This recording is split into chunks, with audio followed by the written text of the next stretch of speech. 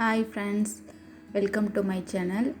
இன்றைக்கி நம்ம சளி இருமலுக்கான ஒரு கஷாயம் தான் பார்க்க போகிறோம். ரொம்ப எளிமையாக இந்த வீட்டில் இருக்கிற பொருட்களை வச்சு நம்ம இந்த கஷாயம் செய்யலாம். இது பெரியவங்கள்லேருந்து குழந்தைங்கள்லேருந்து பெரியவங்க வரைக்கும் எல்லாரும் இந்த கஷாயம் குடிக்கலாம். வாங்க இப்போ இந்த கஷாயம் எப்படி செய்யலான்னு பார்க்கலாம். அதுக்கு முன்னாடி என்னோடய சேனலை சப்ஸ்கிரைப் பண்ணிக்கங்க. கூடவே பக்கத்தில் வர பெல் ஐக்கானையும் ப்ரெஸ் பண்ணிக்கங்க. பாப்அப் மெனுவில் ஆல் செலக்ட் பண்ணிக்கங்க. அப்போ தான் நான் போடுற வீடியோஸ்லாம் உங்களுக்கு நோட்டிஃபிகேஷனில் வரும். மிஸ் பண்ணாமல் பார்க்கலாம். இந்த கஷாயத்துக்கு இப்போ தேவையான பொருட்கள் என்னென்னு பார்க்கலாம். ஓமவல்லி இலை இப்போ நான் ஒரு 5-6 இலை எடுத்துருக்கிறேன். அப்புறம் கொஞ்சமாக துளசி, அப்புறம் கொஞ்சமாக ஜீரகம் ஒரு 1/4 டீஸ்பூன் அளவுக்கு நான் எடுத்துருக்கிறேன். ஒரு கிராம்பு, ஒரு ஏலக்காய் எடுத்திருக்கேன். இப்போ நான் ஒரு பாத்திரத்தில் 2 கிளாஸ் தண்ணி எடுத்துக்கிறேன். இது மாதிரி டம்ளரில் தான் நான் இப்போ 2 கிளாஸ் எடுத்துக்க போகிறேன்.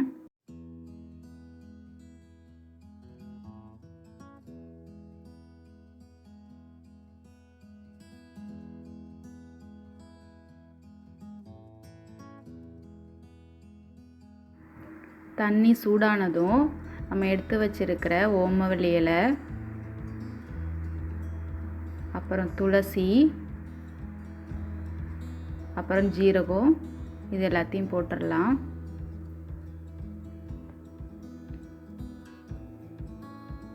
அப்புறமா எடுத்து வச்சிருக்க ஏலக்காய், கிராம்பை லைட்டாக நான் அதை தட்டி போட்டுக்க போகிறேன்.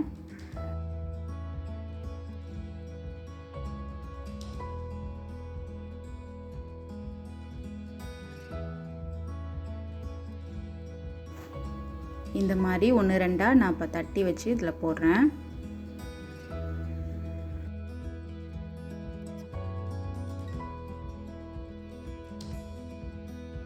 இதில் நம்ம கற்பூரவல்லி இலை அப்புறம் துளசிலாம் சேர்த்துருக்கோம். இது ரொம்ப சளிக்கு ரொம்ப நல்லது. சளி எல்லாமே அது ரொம்ப ரிலீஃப் ஆகும்.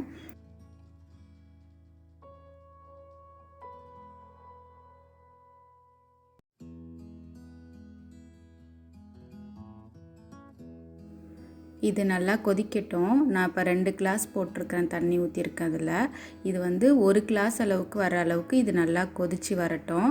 அப்போ தான் இதில் உள்ள சாறு எல்லாமே இதில் இறங்கி நமக்கு நல்ல ஒரு கஷாயமாக கிடைக்கும்.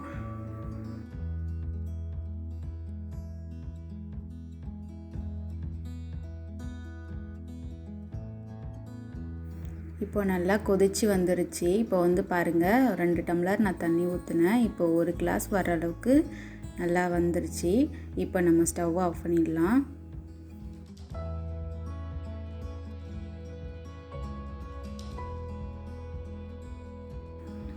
இப்போ நம்ம வேறு பாத்திரத்துக்கு மாற்றிக்கலாம்.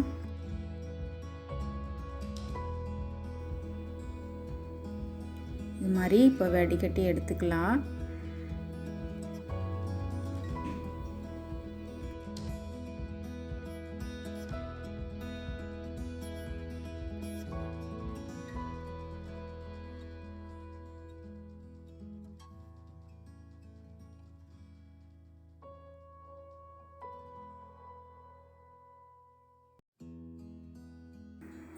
இதை நான் இப்போ ஒரு கிளாஸுக்கு ட்ரான்ஸ்ஃபர் பண்ணிவிட்டு இதில் 1 டேபிள் ஸ்பூன் அளவுக்கு நான் ஹனி சேர்க்க போகிறேன்.